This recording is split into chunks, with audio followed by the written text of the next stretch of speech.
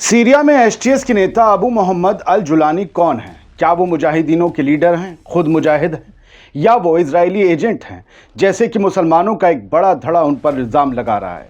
चलिए आज special show में इन 3 पॉइंट्स को समझते हैं, जिससे आपको समझ आ जाए कि जुलानी आखिर हैं क्या और वो इजराइल से बदला क्यों नहीं ले रहे। पहला पॉइंट या पहला सवाल तो ये है कि अल जुलानी हकीकत में हैं कौन। दूसरा ये कि हैयत तहरीर अल शाम, जिसे आप एसटीएस के नाम से जानते हैं, वो है क्या, कैसे बुनियाद पड़ी इसकी, क्या आसान थी बुनियाद इतनी।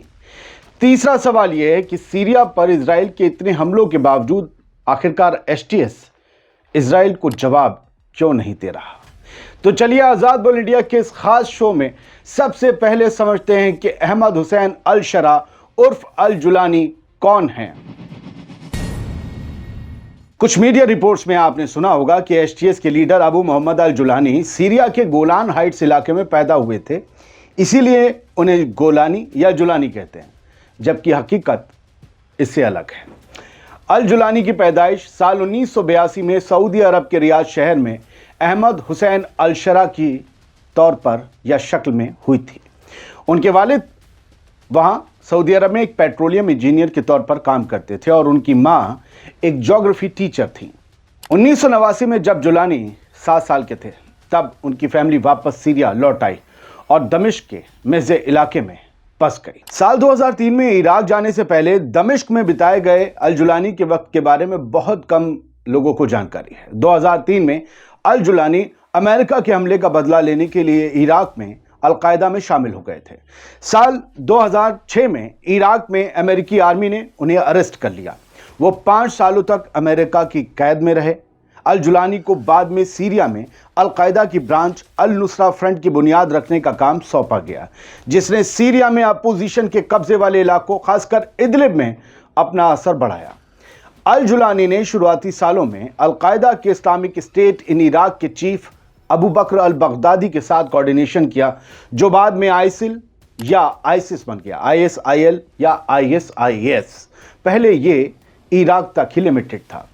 दोस्तों, अब आता है ट्विस्ट, ISIS और अल-कायदा की दोस्ती टूटने की कहानी। अप्रैल 2013 में अल बगदादी ने अचानक ऐलान किया कि उसका ग्रुप अल-कायदा के साथ रिश्ते तोड़ रहा है और अब वो सीरिया में अपना एक्सपेंशन करेगा, अपना विस्तार करेगा, जिससे सीरिया में जुलानी की लीडरशिप में चलने वाला अल नुसरा फ्रंट प्रभावी रूप से ISIL नाम के एक नए ग्रुप में बदल जाएगा। अल जुलानी ने इस बदलाव को नामंजूर कर दिया और अल-कायदा के लिए अपनी वफादारी बरकरार रखी, यानी यहां अल जुलानी और ISIS में फूट पड़ गई। ये याद रखना जरूरी है कि अल नुसरा फ्रंट ही एसटीएस की मदर ब्रांच है। यहीं से अल नुसरा से ये निकला है एसटीएस। अल नुसरा फ्रंट एक ऐसा गुट था जिसने 2016 में अल-कायदा और उसके ग्लोबल जिहादी मिशन से भी खुद को अलग कर लिया था, यानी जुलानी का फोकस सिर्फ और सिर्फ सीरिया पर था। लेकिन क्या हम ये मान लें कि जुलानी ने ग्लोबल जिहाद का आइडिया छोड़ दिया था और खुद को और अपने मूवमेंट को अल-कायदा और IS के एक्टिव हिस्से से रातों रात सीरियाई राष्ट्रवादी ग्रुप में बदल दिया था? क्या ये वाकई एक बड़ा बदलाव था या फिर जुलानी और उसके ग्रुप की महज रीब्रांडिंग थी, ताकि दुनिया के सामने एक नया चेहरा पेश हो सके इस ग्रुप का और इसके लीडर का? तीसरे पॉइंट पर कई ज्यादा सवाल मुझे खुलकर पूछने हैं, लिहाजा दूसरे से पहले ही मैं खुद खुल गया। अब मैं दूसरा सवाल या दूसरा पॉइंट आपके सामने रखता हूं कि आखिरकार एसटीएस है क्या और ये कैसे बना। साल 2014 में अपने पहले टेलीविजन इंटरव्यू के दौरान अल जुलानी ने अल जजीरा से कहा था कि सीरिया पर उनके ग्रुप की बनाई इस्लामी कानून की गाइडलाइंस के तहत ही हुकूमत की जानी चाहिए और मुल्क की माइनॉरिटीज़ जैसे कि ईसाइयों और अलावी को इसमें शामिल नहीं किया जाएगा, मतलब उन्हें इस्लामी कानूनों को मानने से छूट दी जाएगी। एक बड़ा अच्छा फैसला था। बाद के सालों में अल जुलानी ने सभी मुस्लिम मेजॉरिटी वाली कंट्रीज में ग्लोबल खिलाफत कायम करने की अल-कायदा की प्लानिंग से भी खुद को दूर कर लिया और इसके बजाय सीरिया की सरहदों के अंदर रहकर ही अपना अलग ग्रुप बनाने के प्लान पर काम शुरू कर दिया। जुलानी लोकल लीडर बनकर सीरिया में अपने लोगों की दिक्कतों को दूर करने के लिए बशर अल असद की हुकूमत से लड़ना चाहते थे, जबकि अल-कायदा की प्लानिंग पूरी दुनिया में अपना नाम करने की थी। बस यहीं से दोनों में दरारें पड़ गईं। एक्सपर्ट्स मानते हैं कि ये बंटवारा, ये डिवीजन इदलिब में मौजूद बाकी ग्रुप्स के लिए एक पैगाम था कि जुलानी को सीरिया और सीरिया के लोगों से ही मतलब है और उन्हीं की फिक्र है। इस इमेज का जुलानी को फायदा भी मिला। जुलाई 2016 में अलेप्पो पर वापस बशर अल असद का कब्जा हो गया और बशर की आर्मी उस इदलिब की तरफ बढ़ने लगी जो अभी भी अपोजिशन फोर्सेस के कब्जे में था। लगभग उसी दौरान अल जुलानी ने ऐलान किया कि उनके ग्रुप का नाम बदलकर जबात फतेह अल शाम हो गया है। साल 2017 की शुरुआत में हजारों लड़ाके अलेप्पो से भागकर इदलिब में आ पहुंचे और अल जुलानी ने उनमें से कई ग्रुप्स को अपने ग्रुप में मिलाकर एचटीएस यानी हैयत तहरीर अल शाम बनाने का ऐलान कर दिया। वॉशिंगटन डीसी में वाक़ centre for strategic and international studies think tank के मुताबिक एचटीएस का मकसद सीरिया को असद की बेलगाम हुकूमत से आज़ाद कराना, देश से ईरानी मिलिशिया को खदेड़ना और इस्लामी कानून की अपनी बनाई मॉडरेट गाइडलाइन के तहत सीरिया पर हुकूमत करना है। यहां तक देखें तो अल जुलानी इस्लाम की गाइडलाइंस के साथ साथ एक मॉडरेट हुकूमत चलाने की बात करते हैं। लेकिन हम बात करते हैं अब तीसरे पॉइंट की, जो एक बड़ा सवाल उठाता है कि सीरिया पर इतने हमलों के बावजूद एचटीएस इजराइल को जवाब क्यों नहीं दे रहा। चक्कर क्या है बॉस? इजराइल की हुकूमत ने कब्जे वाले गोलान हाइट्स में बस्तियों के एक्सपेंशन को, विस्तार को हरी झंडी दे दी, मोहर लगा दी है। 17 दिसंबर को खुद इजरायली पीएम बेंजामिन नेतन्याहू ने सीरिया के कब्जे वाले इलाकों में घुसकर यह ऐलान कर दिया कि आईडीएफ वहां तब तक रहेगी जब तक इजराइल को अपनी सिक्योरिटी की गारंटी नहीं मिल जाती। नेतन्याहू ने इसे जरूरी बताते हुए कहा कि असद की हुकूमत खत्म होने के बाद सीरिया से लगी सरहद बिल्कुल खुली हुई है इजराइल की। सीरिया में इस्लामिक विद्रोही गुट अब हुकूमत में है, हमें डर लग रहा है। नेतन्याहू ने कहा कि गोलान हाइट्स में वो दोगुनी आबादी बसाना चाहते हैं। गोलान हाइट्स पर इजराइल ने साल 1967 में 6 दिनों तक चली जंग के बाद कब्जा कर लिया था। ये इलाका सीरिया का है। ये कब्जा नाजायज था, नाजायज है, नाजायज रहेगा। गोलान हाइट्स में 30 से ज्यादा इजरायली बस्तियां हैं। इनमें 20,000 सेटलर्स रहते हैं। इन बस्तियों को अगर इंटरनेशनल कानूनों की रोशनी में देखा जाए तो ये लीगल हैं, नाजायज हैं। वो लोग जो इजराइल से बहुत मोहब्बत करते हैं वो जान लें कि इजराइल जिन जिन इलाकों को दिखाता है अपने मैप में, उनमें से ज़्यादातर नाजायज हैं। गोलान हाइट्स सीरिया को अलग करने वाला एक बफर जोन है। आईडीएफ ने इस बफर जोन को क्रॉस कर लिया है और अल जुलानी चुप है। जहां ये इजरायली बस्तियां हैं वहीं बराबर में 20,000 सीरियाई सिटीजन भी रहते हैं। ज़्यादातर द्रूज अरब कम्युनिटी से हैं। इजराइल के कंट्रोल में आने के बावजूद इन्होंने अपना घर और ज़मीन नहीं छोड़े। नेतन्याहू ने कहा कि इजराइल इस इलाके को अपने कंट्रोल में ही रखेगा।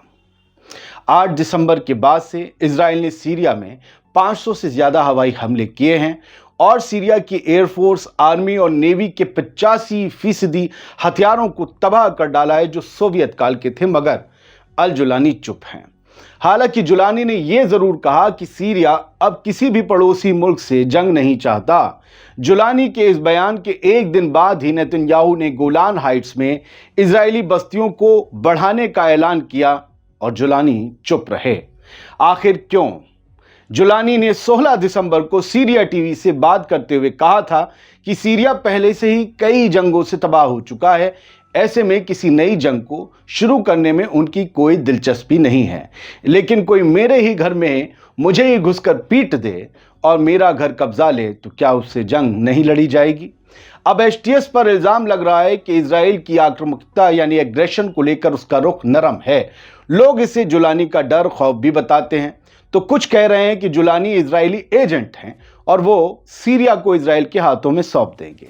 ये सीरिया है, एक मुल्क है, एक बड़ी ज़मीन का टुकड़ा है, कोई चावलों की हंडिया नहीं है कि कोई उठाकर किसी को सौंप देगा और आवाम चुप रहेगी। वो आवाम जो बशर को हटाने में चुप नहीं रही। इजराइल से बदला लेने के सवाल पर एचटीएस के कुछ लीडर्स का कहना है कि हमारी प्रायोरिटी सिक्योरिटी और बाकी सर्विसेज को बहाल करना है। हम पहले ही अपने सिटीजन्स के लिए चीज़ें नॉर्मल करने में लगे हैं। हम अभी बुनियादी चीज़ें जैसे पानी, बिजली, कम्युनिकेशन, सड़क, इन सब को दुरुस्त करने में लगे हैं ताकि आम लोगों की ज़िंदगी पटरी पर लौट सके। लेकिन वो टाल गए कि इजराइल से बदला क्यों नहीं ले रहे हो। कुछ तो है जो चुप जाते हैं लोग। बीबीसी की खबर के एक हिस्से से एचटीएस के जवाब न देने की कहानी को थोड़ा सा समझना चाहिए। हालांकि ये वजहें सटीक हैं ऐसा मैं पूरी तरह नहीं मानता, फिर भी जो खबर कहती है उसे सुन लीजिए। लिखा है कि यमन और भारत में पाकिस्तान के डिप्लोमेट रहे अब्दुल बासित मानते हैं कि बशर अल असद को हटाना इजराइल की ग्रेटर इजराइल की प्लानिंग का हिस्सा है। बासित ने पाकिस्तान के न्यूज़ चैनल एबीएन से बात करते हुए कहा, लेबनान को कमज़ोर कर दिया, सीरिया में भी मिशन पूरा हो गया, लीबिया ख़त्म ही हो चुका है, अब अगला निशाना जॉर्डन हो सकता है। इसका इराक एक ताकत हुआ करता था, उसे भी कमज़ोर कर दिया गया। मैं नहीं मानता हूं कि तुर्की की जीत हुई है। ईरान का असर ज़रूर कम हुआ है। तुर्की, सीरिया और इराक में कुर्दों की कुल आबादी लगभग 3 करोड़ है। ज़्यादातर ये तुर्की में हैं।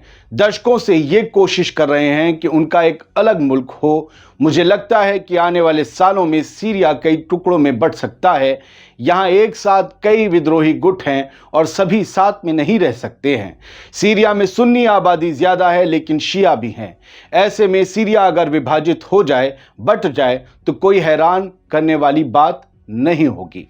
अब्दुल बासित इसके बाद कहते हैं कि जुलानी को अमेरिका की मदद हासिल है। जुलानी इजराइल की आलोचना नहीं कर रहे हैं। उन्होंने इजराइल पर कोई मिसाइल नहीं दागी। एचटीएस की अंतरिम सरकार ने इजराइल के खिलाफ कुछ भी नहीं बोला है। इससे शक तो पैदा होता है। अल जुलानी जिस तरह से इजराइल को लेकर चुप हैं, उससे उन्हें लेकर आशंका यानी शक बढ़ गया है। मुझे लगता है कि इजराइल का अब अगला निशाना ईरान है। तो दोस्तों, आखिर में कहानी वहीं पहुंच जाती है जहां ईरान का नाम आता है। असली निशाना ईरान ही है। इसीलिए अपने एयर डिफेंस सिस्टम तबाह होने पर भी अल जुलानी खामोश रहे। असल में अल जुलानी को सीरिया की गद्दी संभालनी है और जैसा कि शुरू से ही उनकी आदत है, उन्हें सिर्फ सीरिया की आवाम और सीरिया से मतलब है। लिहाजा ईरान का क्या होगा इससे उन्हें मतलब नहीं है।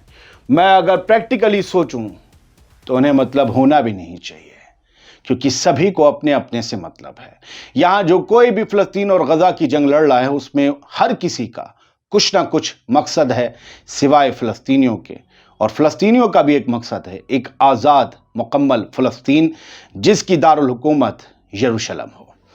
लेकिन आखिर में कुछ सवाल मेरे हैं जो अल जुलानी पर सवाल खड़े करके जाते हैं।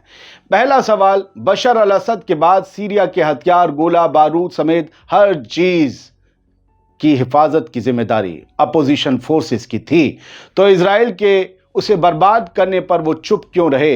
एक सख्त वार्निंग तो दे सकते थे। दूसरा सवाल, इजराइल की आर्मी जो सीरिया की ज़मीनों पर इतने अंदर तक घुसाई है, वो आसानी से तो वापस नहीं जाएगी। हो सकता है दूसरों की ज़मीनों पर कब्जा करने का शौकीन इजराइल यहाँ भी कुंडली मार कर बैठ जाए। अगर ऐसा हुआ तो फिर एचटीएस और उसके लीडर क्या जवाब देंगे, ख़ास तौर से उन्हें मुजाहिदीन मानने लगे हैं। और तीसरा सवाल, अगर आप सीरिया को पटरी पर लाने की बातें ही करते रहे और इजराइल उस पर, उन्हीं इलाकों पर या सीरिया पर हमले कर करके 50 साल पीछे आपको पहुंचाता रहा और नए इलाके कब्जाता रहा, तो फिर लोग तो पूछेंगे कि आपने बशर से सीरिया को आज़ाद करवाया या इजराइल की गुलामी में भेज दिया। ज़रा सोचिएगा दोस्तों, दोनों पहलू आपके सामने हैं।